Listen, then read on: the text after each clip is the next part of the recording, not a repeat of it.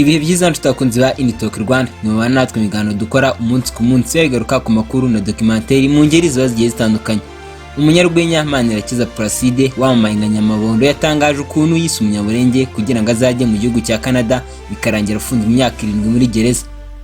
Umunyarwenya Manirakiza Placide uzwi ku izina rya Nyamabondo yatangaje ko yamaze imyaka 7 afunzwe azira amanyanga yo kwitira kuba Umunyamulenge ashaka ko byamucira inzira yo kujya mu gihugu cya akaba yarabikoze kugira ngo arebe ko byamucira inzira yo kujya hanze y'u Rwanda mu gihugu cya Canada bikarangira ashinjwa icyaha cyo gukoresha inyandiko mpimbano. Uyu munyarwenya yabitangaje mu kiganiro 1-on-1 yegeranye na YouTube channel yitwa Narabwiye TV, aho yagarutse kuko bayigize gufungwa azira gukoresha inyandiko mpimbano akamara imyaka 7 muri gereza.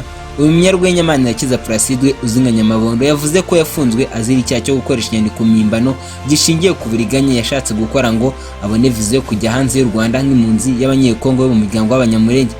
Uyu munyarwenya avuga ko yari yahinduye amazina ye agakoresha andi mazina mu byangombwa bigaragaza ko afite amazina nk'ay'Abanyamulenge. Nyamabondo akaba yaragize ati: "Nari nahinduye amazina nshaka kwita kuba Umunyamulenge kugira ngo nzigire muri Canada, baza kumvumbura, bamvumbuye rero bahita banshyikiriza inkiko." Nyamabondo akomeza avuga ko yari afite amakuru ko impunzi z'abanyekongo zisanzwe zoherezwa hanze y'u Rwanda zijyanwa mu bihugu birimo Canada yifuzaga kuzajyamo.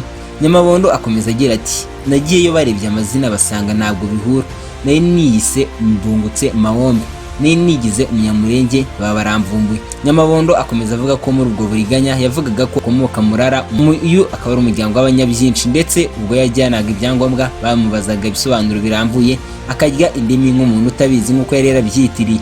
Nyamabondo akomeza avuga ko ubwo yafatwaga yabanje gufatirwa icyemezo cyo gufungwa by'agateganyo iminsi 30 nk'uko bigenda mu manza nshinjabyaha, nyuma aza kuburana mu mizi birangira akatiwe gufunga imyaka 7 muri gereza, none ubu akaba yararangije igihano cye akaba ari hanze.